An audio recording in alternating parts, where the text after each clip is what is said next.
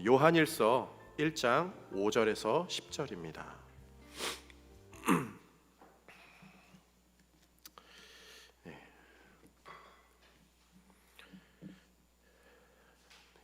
함께 읽습니다.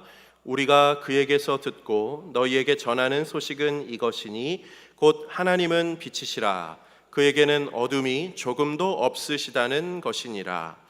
만일 우리가 하나님과 사귐이 있다 하고 어둠에 행하면 거짓말을 하고 진리를 행하지 아니함이거니와 그가 빛 가운데 계신 것 같이 우리도 빛 가운데 행하면 우리가 서로 사귐이 있고 그 아들 예수의 피가 우리를 모든 죄에서 깨끗하게 하실 것이요 만일 우리가 죄가 없다고 말하면 스스로 속이고 또 진리가 우리 속에 있지 아니할 것이요 만일 우리가 우리 죄를 자백하면 그는 미쁘시고 의로우사 우리 죄를 사하시며 우리를 모든 불의에서 깨끗하게 하실 것이요 만일 우리가 범죄하지 아니하였다 하면 하나님을 거짓말하는 이로 만드는 것이니 또한 그의 말씀이 우리 속에 있지 아니하니라.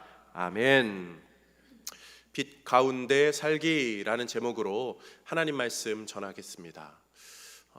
우리 인류는요 예로부터 늘 이 빛에 대한 막연한 동경이 있었어요.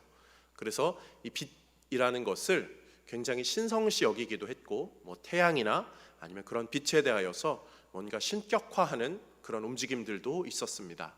그래서 어떠한 신화 같은 데를 보면은요 빛의 신 이러는 게 좀 나와요. 태양신, 빛의 신 이런 게 나오죠. 그리스 로마 신화에도 이 빛의 신이 등장하거든요. 그러니까 오늘 본문의 배경이 되는 시대 때도 빛의 신이라는 거를 사람들이 나름 인식은 하고 있었을 거예요. 그리스식으로 하면 아폴로, 로마식으로 하면 아폴론 이렇게 되는데요. 이 아폴로라고 하는 존재가 빛의 신이었어요.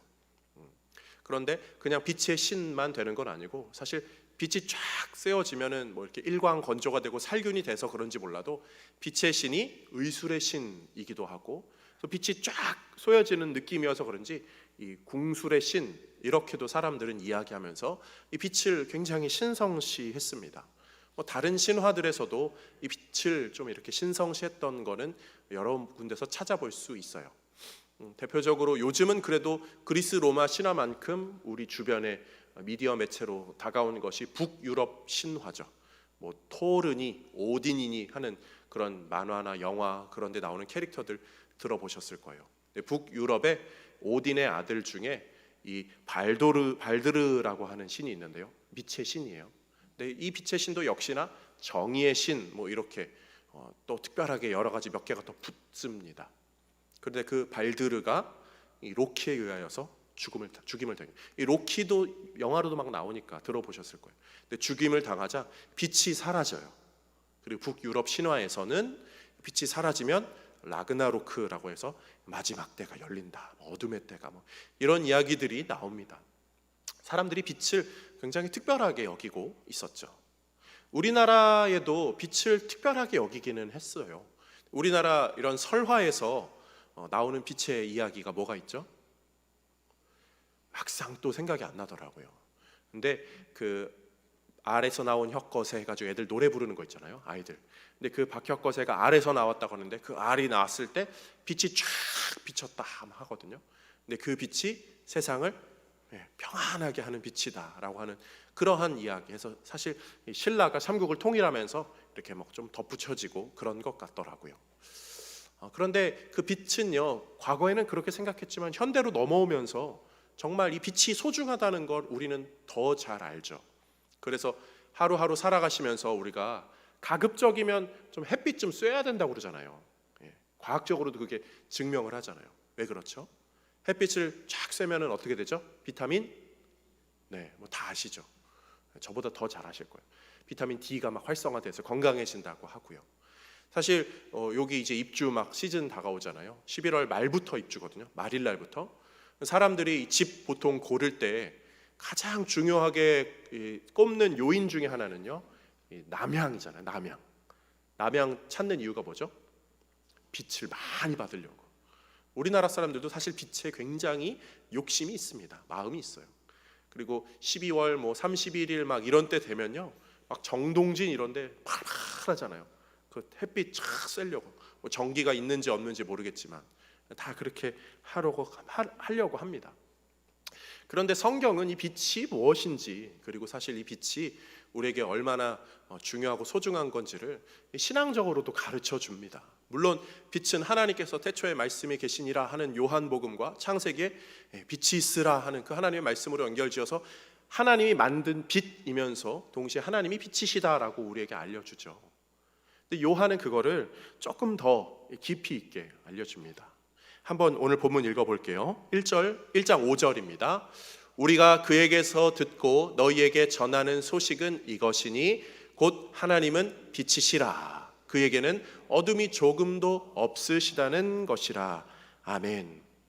요한은 하나님이, 예수님이 빛이시라는 이야기를 정말 깊게 전달해주고 싶었어요.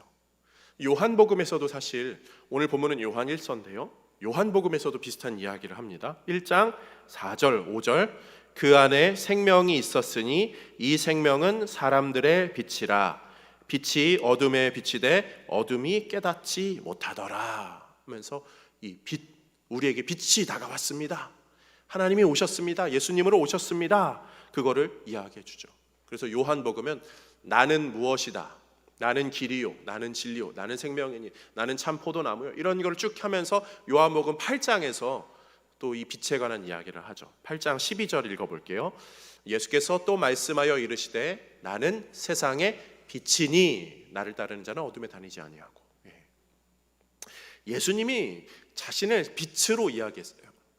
사람들이 빛의 신은 누구다, 빛은 이거다 저거다 할 때요, 예수님이야말로 진정한 빛이시라고 예수님이 직접 말씀하시고, 요한은 우리가 5절에 읽은 대로 그것을 들은 것을 그대로 전달해주고 있죠. 요한은 사실 좀 특별한 제자예요. 요한은요, 예수님이 가장 처음 불렀던 제자들, 베드로, 안드레, 야고보, 요한, 예수님의 사역 가장 초창기부터 함께 했고요, 예수님의 특별한 사역, 변화산 사역에도 예수님께서 요한은 같이 데리고 가셨죠. 그리고 십자가 사건 가운데서 어떤 일이 벌어났죠? 제자들이 다 도망갑니다. 그런데 그 십자가 가장 가까이 있었던 제자가 누구죠? 요한이에요. 예수님이 그래서 요한에게 어머니를 부탁한다고, 그렇게까지 부탁할 정도로. 요한은요, 예수님이 죽으신 다음에 그 무덤 문이 열렸다는 소식을 여인들이 가지고 왔을 때 가장 먼저 달려갔던 베드로와 요한이 달려가거든요. 근데 먼저 도착한 사람은 요한이에요. 그렇지만 머뭇머뭇 두려워서 들어가 보지는 못하죠. 근데 베드로는 겁이 없잖아요. 그래서 베드로는 훅 들어갑니다. 나중에 예수님께서 부활하셔서 제자들을 만나러 가실 때 제자들이 갈릴리 호수에서 고기를 잡고 있을 때요, 예수님이 오셔요. 근데 멀리서 예수님을 알아본 사람은 요한이었어요. 역시나 예수님이다 딱 말하고. 그렇지만 예수님이다 말하는 정도까지였고, 역시나 또 뛰어든 사람은 누구죠? 베드로. 약간 성향이 나오죠. 근데 요한도 정말 베드로만큼 특별해요. 예수님과 늘 가까이 하고 예수님을 더 잘 알아보고 그랬던 사람, 예수님에 관하여서 진심이었기 때문에 그는 예수님을 전하는 데 아주 일생의 사명을 늘 이 붓으로 표현했죠. 그래서 요한복음에서 나는 무엇이다 시리즈를 계속 이야기할 수밖에 없었던 이유, 그리고 요한 1, 2, 3서를 통하여서 예수님이 누구신지 오늘 본문도 말하고 요한계시록에도 다시 오실 예수님을 이야기해 주죠. 오늘 본문 이 전문맥에 1절에서 4절까지 말씀이 이래요. 태초에 붙어 있는 생명의 말씀에 관하여는 우리가 들은 바요, 눈으로 본 바요, 자세히 보고 우리의 손으로 만진 바라. 요한은요, 자기가 보고 듣고 만지고 같이 생활했던 그 예수님이 이런 분이셔, 그 예수님이 빛이셔, 지금 그 이야기를 해주는 거예요. 요한은 정말 중요한 증인이죠. 예수 사건의 아주 핵심적인 증인, 예수님의 처음부터 마지막까지 정말 빠짐없이 늘 등장했던 인물이기도 하고, 그래서 더 사명감을 가지고 정말 예수를 열심히 전합니다. 어쩌면 요한이 오래 살아서 마지막까지 끝까지 살았던 12제자 중에 끝까지 살았던 이유는 예수님이 어머니를 부탁한다고 하는 그 부탁 때문이 아니라, 그러려고 예수님이 보호해 주시고 하나님 보호해 주시고 그런 게 아니라, 정말 이 예수 사역의 처음부터 끝까지를 가장 잘 알고 있는 핵심적인 증인이기 때문에 하나님께서는 이 사명자를 끝까지 보호해 주시진 않았나, 그런 생각을 하게 됩니다. 그런 면에서 오늘은 우리가 이 요한이 전하는 이 예수님, 특별히 빛 대신 예수님이 우리에게 그 빛이 어떤 빛인지를 좀 세 가지로 나누면서 우리가 따라갈 때에 빛의 인도함이 우리의 가슴에 새겨지고 우리의 신앙의 모든 길 가운데 연결되기를 주님의 이름으로 축복드립니다. 세 가지 내용을 살펴보겠습니다. 첫 번째로요, 성도는 예수님의 빛이야말로 세상을 밝히는, 세상을 정케하는 참 빛임을 알아야 됩니다. 예수님이야말로 세상을 밝히는 빛이죠. 예수님이 아니면 세상은 밝아질 수가 없어요. 오늘 본문에서도 이 빛에 대한 이야기를 하죠. 5절에서요, 곧 하나님은 빛이시라 그에게는 어둠이 조금도 없으시다는 것이라. 이 하나님이라는 빛에는 어둠이 전혀 없는 그 찬란한 빛이라는 것을 말하고 있어요. 그리고 그 빛이 어떻게 됩니까? 7절에 그가 빛 가운데 계신 것 같이 우리도 빛 가운데 행하면 우리가 서로 사귐이 있고 그 아들 예수의 피가 우리를 모든 죄에서 깨끗하게 하실 것이요. 아멘.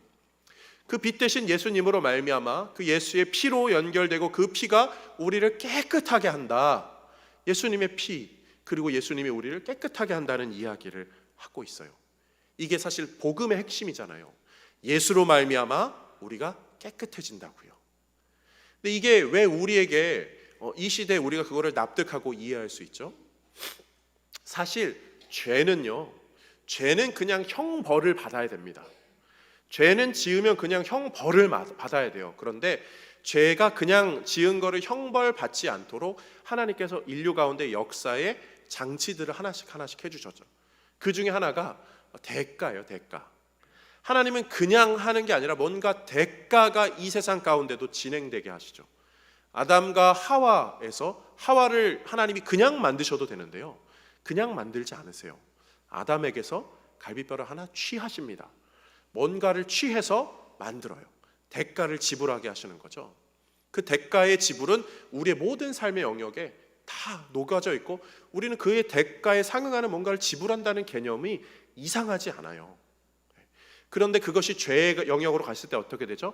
죄를 지으면 그 죄에 상응하는 뭔가로 보상을 하거나 배상을 해야 되죠. 그 개념이 그렇게 자연스럽게 연결이 되잖아요. 그래서 일반적인 삶에서는 이 배상의 개념이 되는데요, 하나님 앞에서는요 그게 배상이 안 돼요.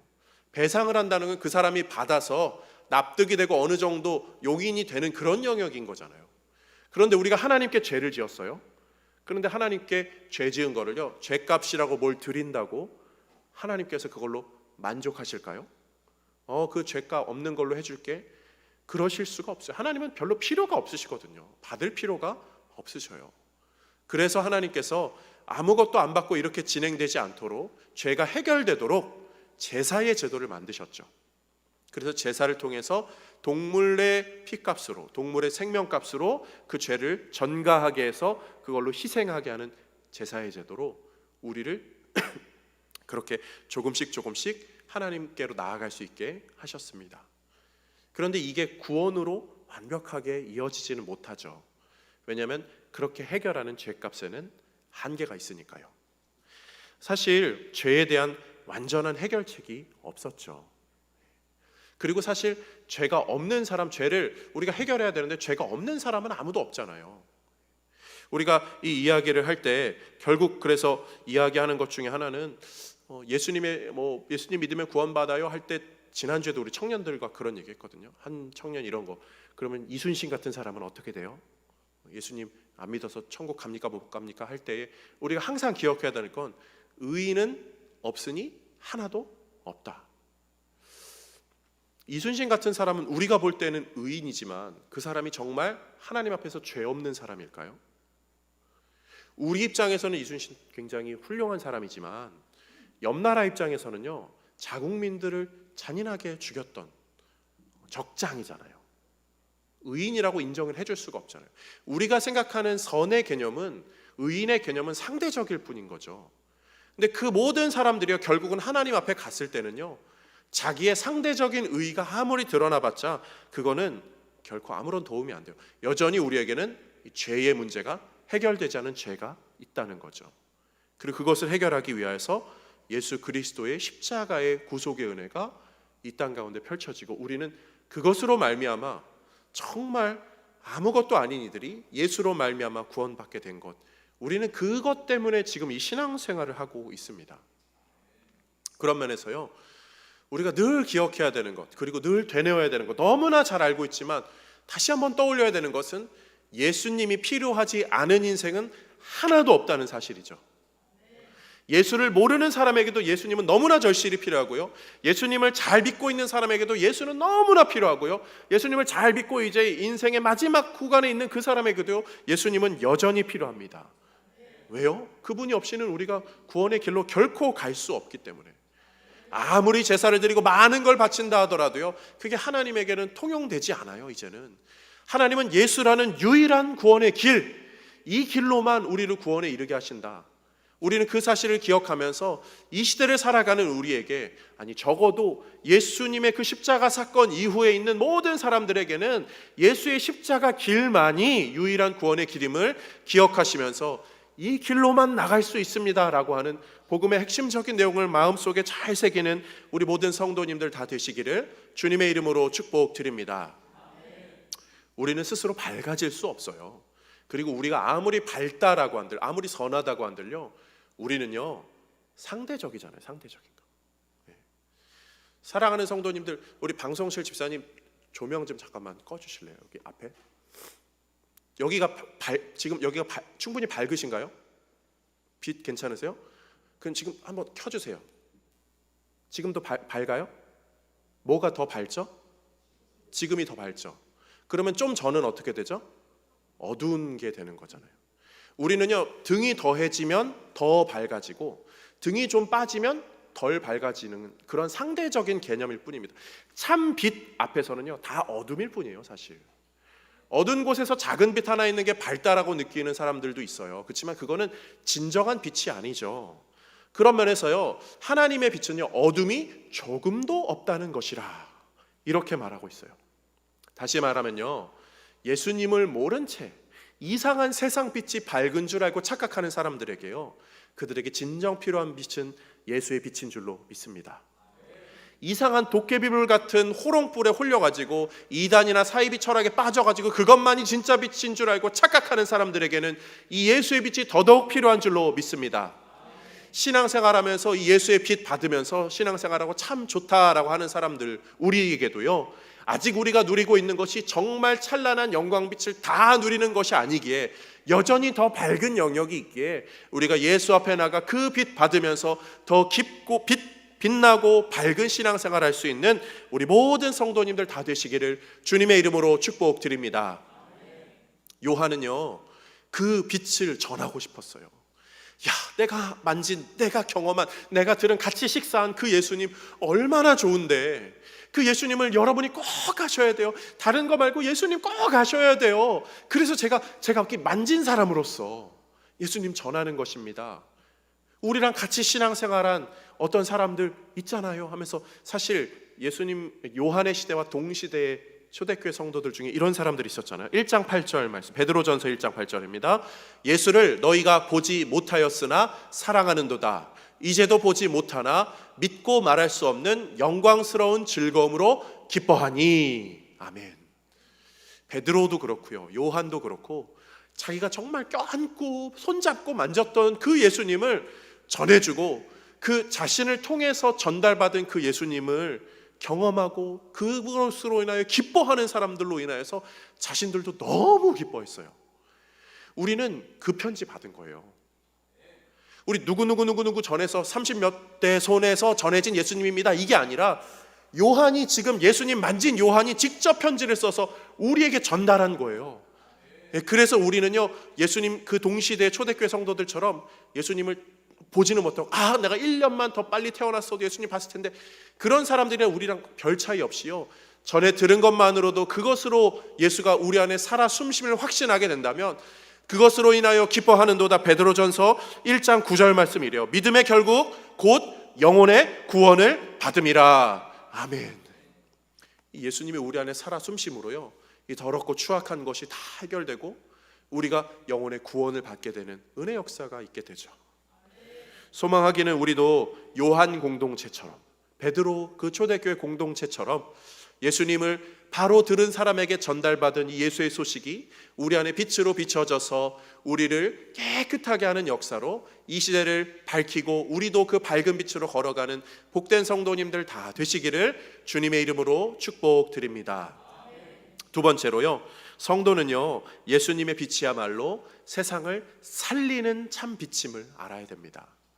그 빛이요, 어둠을 비춤으로 그 어둠이 사라지게 돼요. 이 세상에 예수님의 빛이 비춰짐으로 죄악이 사라지게 되고 정말 이 세상이 살려지는 그런 은혜 역사가 있게 되죠. 그런 면에서 6절 말씀 읽어보겠습니다. 만일 우리가 하나님과 사귐이 있다 하고 어둠에 행하면 거짓말을 하고 진리를 행하지 아니함이거니와. 아멘. 이 말씀을 뒤집어서 말하면요, 하나님과 사귐이 있으면 어둠에 행할 수 없고 거짓을 행할 수 없다. 우리는 진리에 행할 수밖에 없다. 요한은 이 이야기를 하고 있어요. 하나님 앞에서는요, 거짓이 존재할 수가 없어요. 다 드러납니다. 다 적출됩니다. 그 빛이 비춰지면요, 아무것도 감출 수 없어요. 깊은 곳에 감춰놔도요, 하나님으로부터 숨거나 도망치거나 감출 수 없죠. 성경의 이 기품에 관련된 이야기를 우리가 한번 생각해 보겠습니다. 요나서에 가면요, 요나가 하나님의 뜻을 거역하고 다시스로 갈 때 배에서 결국 던져지게 되죠. 큰 물고기가 그를 집어삼킵니다. 깊은 바다로 들어가요. 그리고 요나는 거기서 기도하고 하나님을 만나게 되죠. 다시 말하면 깊은 곳에 있는 그 물고기도 하나님의 명령 따라 그의 뜻에 순종하게 되죠. 출애굽기 보세요. 사람들이 그 시대의 근간이라고 생각했던 것이 그 나일강에 그 밑에 있는 진흙, 깊은 진흙들, 거기서부터 세상이 만들어지고 막 그 신화들은 거기서 뭐가 나와서 누구 신이 나오고 누구 신이 나오고 뭐가 만들어지고 이러는데요, 하나님이 홍해를 가르실 때 어떻게 했죠? 그 깊은 땅을요, 마르게 하셨죠. 아무리 깊이 있는 것들이라고 할지라도 하나님은 그 깊은 것이 전혀 문제가 되지 않았어요. 복음서에 보세요. 예수님께서 깊은 곳에 금을 던져라. 사람들은 저 밑에 뭐가 있는지 모르지만 예수님은 깊은 곳에 금을 던져라. 제자들이 그렇게 던지자 물고기를 잡게 됩니다. 바울과 실라 어떠합니까? 깊은 감옥에 갇혔어요. 성경에 다 기품이라고 나오는 표현들이거든요. 깊은 감옥에 갇혔지만 기도와 찬양으로 나아갈 때 그 깊은 곳에도 하나님의 역사의 손이 나타나서 그들의 착고가 풀려지고 그들이 자유함을 누리게 되었죠. 성경이 계속 이야기하는 것은 뭐죠? 아무리 깊이 숨어져 있고 아무리 깊은 곳에 있다 할지라도요, 하나님의 명령, 하나님의 뜻, 하나님이 못 보시는 것 전혀 없다. 하나님은 그 깊음보다 훨씬 더 깊고 강하신 분이다. 그의 통치는 모든 영역에 비춰지고 있다는 사실입니다. 그런 면에서요, 우리의 삶에요, 하나님 여기에 하나님의 손이 안 닿는 것 같아요. 그런 영역 없어요. 믿고 확신으로 구하시는 우리 모든 성도님들 되시기를 주님의 이름으로 축복드립니다. 자녀들의 마음속 깊은 곳까지 하나님 만져주옵소서. 우리가 기도하면 그 깊은 곳을 능히 만지시고 바꾸시는 하나님께서 그 사람의 깊은 마음까지도 찾아가시고 역사로 바꾸시는 은혜가 우리 모든 성도님들에게 있기를 주님의 이름으로 축복드립니다. 그런데 우리가 하나 기억해야 될 것은요, 그런 하나님을 믿는 우리조차도 그 하나님 앞에서 얼마나 아나무인인지 모르겠어요. 여기서는 거룩하고 경건하게 예배를 드리는데요, 일상으로 돌아가서 아니면 마음속 깊은 곳에는 여전히 하나님을 속일 수도 있다라고 하는 착각이 우리 안에 있는 것 같아요. 그래서 하나님이 기뻐하지 않는 삶의 모습을 때로는 우리가 아무렇지도 않게 적당히 타협하면서 해버린다는 거죠. 그런 모습을 예수님이 이렇게 경고하십니다. 마태복음 23장 27절입니다. 화 있을진저 외식하는 서기관들과 바리새인들이여, 회칠한 무덤 같으니 겉으로는 아름답게 보이나 그 안에는 죽은 사람의 뼈와 모든 더러운 것이 가득하도다. 아멘. 예수님은요, 다 알고 계셨어요. 그들의 마음속을 다 알고 계셨죠. 회칠한 무덤 같다고요. 그 안에는 시체가 썩어 들어가고 더러운 것이 막 묻혀 있지만 겉에는 시멘트처럼 회벽으로 쫙 발라놓으면 사람들은 그 겉만 보거든요. 그런데 그것 같다고, 너희들이 그것 같다고 이야기하죠. 사실 우리는요, 시멘트 하나만 발라도요 잘 모릅니다. 그런데 요즘은 좀 우리가 이해하잖아요. 엑스레이, MRI, CT 이런 기술, 과학기술이 얼마나 대단한지요. 그냥 쭉 찍는데 우리의 눈에 보이지 않는 그 빛이잖아요. 그 빛이 비춰지면 내 속에 있는 장기, 그게 확 보인다는 거예요. 의사가 말합니다. 여기 혹이 있네요. 0.03cm입니다. 이 요만한 것도요 다 발견하게 돼요. 그 빛은 그런 거죠. 그런데 하나님의 빛은 어떠합니까? 그것보다 훨씬 더 대단하시죠. 그분은 못 보시는 것이 없어요. 그분을 속일 수가 없다고요. 그런 면에서 그분 앞에서 그냥 아닌 척 우리가 감추고 나 이렇게 저렇게 그런 모습으로 살아가는 것이 얼마나 부끄러운 것인지, 그런 면에서 하나님 앞에 나올 때마다 감추지 마시고요, 하나님이 원하시는 대로 가지고 나와서 회개하며 또 변화함 받는, 인도함 받는 우리 모든 성도님들 다 되시기를 주님의 이름으로 축복드립니다. 그게 사는 길이에요. 갖고 있으면요 병이 되지만 하나님 앞에 가지고 나면 주님이 그걸 다 적출해 주세요. 회개로 나아가면 그것을 깨끗하게 해주신다고요. 만일 우리가 우리 죄를 자백하면 그는 미쁘시고 의로우사 우리 죄를 사하시며 우리를 모든 불의에서 깨끗하게 하시는 그 은혜의 역사가 우리 모두에게 있는 줄로 믿습니다. 그래서 우리는 그 빛에 더 나아가는 거죠. 시편의 기자는 이렇게 고백하잖아요. 시편 119편 105절 말씀 읽습니다. 주의 말씀은 내 발의 등이요 내 길의 빛이니이다. 아멘. 주님의 말씀이 우리의 삶을 인도하시고요 깨끗하게 하시고 이끌어 주십니다. 그 하나님의 역사 가운데요 성령의 조명하심이라는 게 있어요. 저는 이 성령의 조명이라는 단어가 참 좋아요. 요즘 시대에도 방언이 있습니까? 요즘 시대도 예언이 있습니까? 기도하면 낫는 역사가 있습니까? 있는데 없는 거 아닌가? 라고 생각하는 분들도 있죠. 또 신학에 따라서요 아주 굉장히 보수적인 분들 가운데는 방언은 끝났어 라고 하시는 분들도 있어요. 근데 저는 그렇게 생각 안 하거든요. 이건 성령의 조명이에요. 말씀을 따라 인도함은, 주의 말씀이 내 길의 빛으로 그 말씀의 인도함을 받는 사람들은요 성령의 조명하심에 따라서 하나님이 특별하게 체험케 하시는 은혜들이 있죠.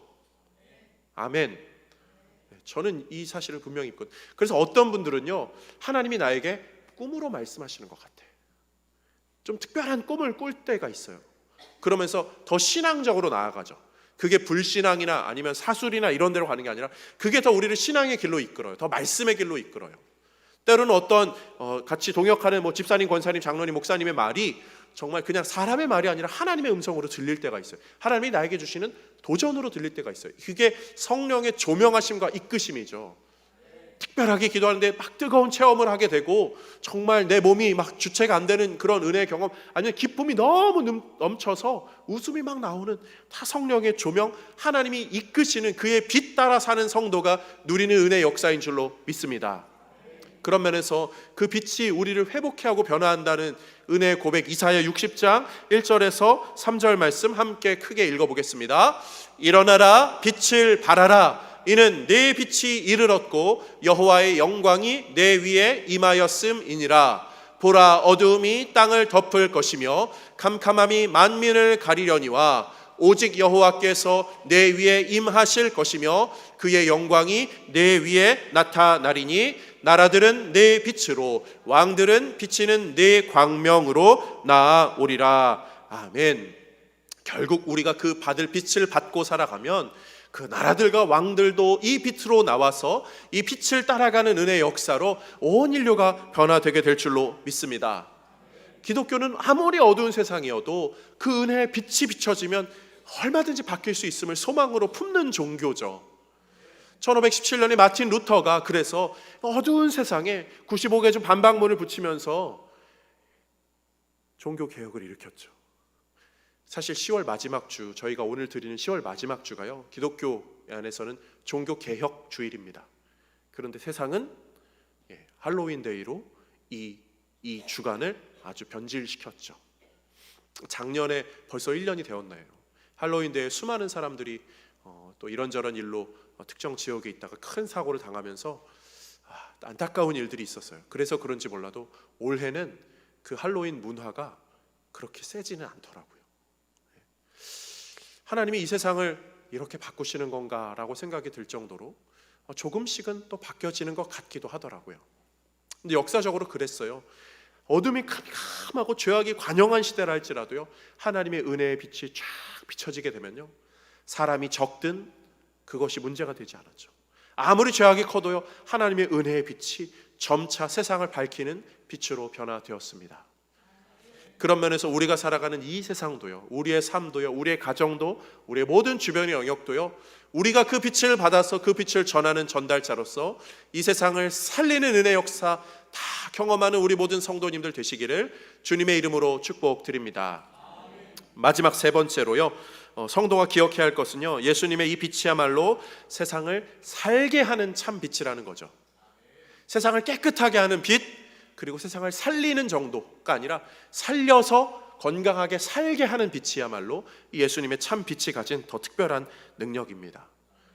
그냥 여기에 뭐가 있네 발견하는, 그리고 깨끗하게 하는, 적출하고 수술하는 정도가 아니라 수술하고 잘 아물고 또 건강하게 살게 하는 그 빛이라는 거예요. 왜냐면요, 이 빛에는요 아주 특별한 기능이 있거든요. 우리가 빛을 생각할 때에 보통 밝고 어둠만 생각하지만요, 이 한겨울에도요, 햇볕에 착 나가보세요. 우리가 느끼는 무엇을 느끼게 되죠? 이 따뜻함의 열기를 느낍니다. 하나님이 빛이시다라고 할 때는요, 이 하나님의 열기와 온기가 있음을 우리가 기억해야 돼요. 빛에는요 이런 것 이야기가 합니다. 7절 말씀 읽어봅니다. 그가 빛 가운데 계신 것 같이 우리도 빛 가운데 행하면 우리가 서로 사귐이 있고 그 아들 예수의 피가 우리를 모든 죄에서 깨끗하게 하실 것이요. 아멘. 그 빛 가운데 행하면 우리가 서로 사귐이 있고, 이 요한이 이 표현을 쓰고 있습니다. 그런데 사실 이 사귐이 있기 전에요, 우리에게 일어난 일은 그 빛이 나에게 온 거예요. 우리에게 온 게 아니라 나에게 왔다는 거예요. 나에게. 그래서 요한복음 1장 9절은 이렇게 말합니다. 참 빛 곧 세상에 와서 각 사람에게 비추는 빛이 있었나니. 나에게 비춰졌는데요, 요한일서의 요 시대로 가니까 우리가 그 빛을 받으면 서로 사귐이 있다라고 말해요. 이게 뭐냐면요, 우리가 예수로 은혜 받고 변화하면요, 나 혼자만 변하는 것이 아니라 이것이 점점 더 함께하는 온기의 전달로, 연결로 이어진다는 것이죠. 하나님이요, 우리가 로마서에서 말하는 대로 우리가 죄인 되었을 때 우리를 위하여 죽으심으로 아버지의 사랑을 우리에게 확증시켜 주셨어요. 우리가 죄인 되었을 때를요, 저는 좀 이렇게 보시면 좋겠어요. 베드로가 예수님을 다시 만난 때가 있어요. 그가 예수님을 배반하고 도망갔을 때, 그리고 고향으로 돌아갔을 때, 그때 예수님이 다시 찾아가시죠. 부활하신 예수님이. 언제라고요? 가장 부끄러울 때, 가장 심각할 때, 가장 추할 때, 가장 예수님 만나고 싶지 않은 마음으로 가득 찼을 때, 그때 특별하게 찾아가셔서 그를 다시 세워주세요. 바울도 마찬가지죠. 세상적으로는 잘 되는 것 같지만 영적으로는 가장 심각할 때 다메섹에서 예수님께서 빛으로 찾아가십니다. 가장 부끄러울 때, 가장 연약할 때, 가장 아플 때, 가장 힘들 때, 어쩌면 우리 인생의 시험과 시련들은 그래서 필요한지도 모르겠어요. 그런 사람들이 예수님을 더 진하게 만나거든요. 그래서 시련이 무조건적인 재앙만은 아닌 것 같아요. 돌아보면 그것이 복이구나라고 깨닫게 되기도 하죠. 지금의 어려움들이 그런 복의 계단인 줄로 믿습니다. 그런 고백으로 나아가는 우리 모든 성도님들 다 되시기를 주님의 이름으로 축복드립니다. 그렇게 가장 심각할 때 각 사람에게 찾아오신 은혜의 빛이 우리를 변화시키면요, 나만 변하는 것이 아니라 내 주변도 서서히 변하게 돼요. 로이드 존스 목사님은요 이렇게 말했어요. 그리스도인은 자신이 알고 갖고 있는 것을 갖고만 있는 것이 아니라 나누어 주는 사람이다. 그 온기는요, 그 빛을 받으면요, 뜨거우면요, 열은요 대류 현상이라고 하죠. 전달되거든요. 내 주변에 있는 차가운 곳에 그 열기가 전달이 돼요. 그런데 한 가지, 열기를 전달하는 데는요 시간이 좀 필요해요. 그래서 어쩌면 예수님은요 이 땅에 오셔서 바닥에 뒹구시는 30년의 시간이 필요하셨던 것 같아요. 그리고 그 열기를 조금 더 잘 전달하고 싶어서 12명의 제자들과 뒹구셨던 3년의 기간이 필요하셨던 것 같죠. 오늘 말씀 가운데 우리가 받는 도전은 그 빛이 나를 바꾸고 우리의 어둠을 물러내게 하고 우리의 죄악과 추악함을 깨끗하게 하는 은혜의 빛으로 우리에게 다가온다면, 그 빛으로 우리가 감화받아서 감동받아서 뭔가는 우리가 전달하고 역할을 해야 될 터인데, 거기에는 시간이 필요하다. 그것을 위해서 내가 이 시간을 드리고 있는가, 내가 여기서 빛을 받아서 어두운 세상에, 아니면 정말 차갑고 냉랭한 누군가에게 그 빛을 전달해 주려고, 열기를 전달해 주려고 하는데 한 번으로 안 되거든요. 받고 또 와서 또 충전받고 달궈지고 또 가서, 그렇게 우리는 세상의 어둠을, 세상의 차가움을 조금씩 녹여가는 거예요. 이것이 계속 연결이 되다 보면 어떤 일이 벌어집니까? 그들도 처음에는 전혀 안 녹는 것 같지만 조금씩 녹아요. 그리고 그 접점에서 어떤 일이 벌어질까요? 거기서부터는 우리가 하는 게 아니에요. 각 사람에게 찾아오셨던 하나님께서 그 사람들에게로 각각 찾아가셔서 그들로 인하여서 그 열기가 유지되고 또 활활 타오를 수 있도록 그들에게도 그 은혜의 빛이 계속 비춰지게 되고, 그들도 빛의 자녀의 길로 인도함을 받게 되죠. 그런 면에서 사랑하는 성도님들, 이 길, 신앙의 길 걸어가면서 이 세상에 정말 차가움의 일선에서 살아가시느라 너무 수고가 많으세요.